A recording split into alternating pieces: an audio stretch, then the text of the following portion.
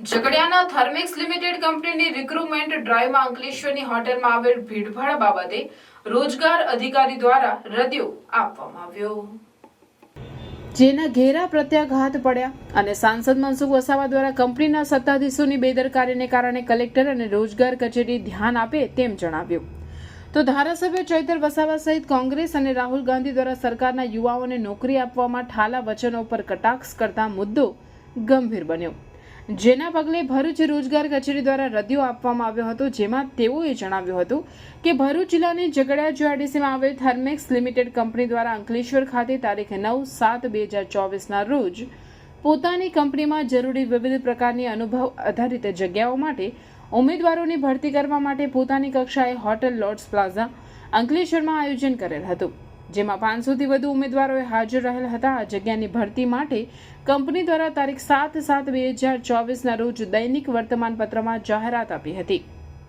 500થી વધુ ઉમેદવારો એક જગ્યાએ ઇન્ટરવ્યૂ માટે ઉપસ્થિત રહેવાના હોય ત્યારે તે માટે ખૂબ જ નાની જગ્યા પસંદ કરવામાં આવેલ. કંપની દ્વારા આ જગ્યાઓની ભરતી માટે રોજગાર કચેરી ભરૂચ માટે જાણ કરવામાં આવેલ નથી. ઉપરાંત અનુભવી ઉમેદવારોની ભરતીનું આયોજન કરેલ હોવાથી રોજગારીની સ્થિતિમાં કોઈ અસર થાય તેમ ન હતું.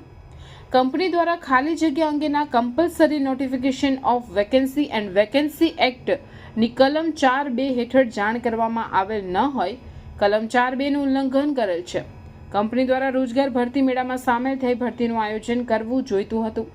સદર આયોજનમાં 500થી વધુ ઉમેદવારો એક જ જગ્યાએ ભેગા થવાના હોય ત્યારે પોલીસ બંદોબસ્ત તથા સિક્યુરિટી જેવી અન્ય વ્યવસ્થાની બાબતને પણ ધ્યાનમાં લેવામાં આવેલ જણાતી નથી.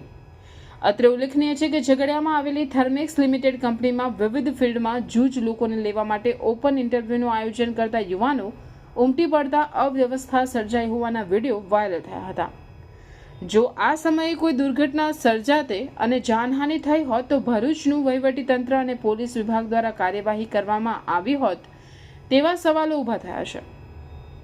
કંપની દ્વારા ખાલી જગ્યા અંગેના compulsory notification of vacancy and vacancy એક્ટનું ઉલ્લંઘન કર્યું છે તો શું ભરૂચ રોજગાર કચેરી દ્વારા કંપની વિરુદ્ધ કાર્યવાહી કરશે? ત્યારે જિલ્લામાં આવેલી જીઆરડીસી અને કંપનીઓમાંથી ડેટા કેમ નથી મેળવી જેવા સવાલો પણ ઊભા થવા પામ્યા છે. આ દિશામાં પણ તંત્ર ખરા અર્થમાં કાર્યવાહી કરશે કે નહીં તે આવશ્યક છે.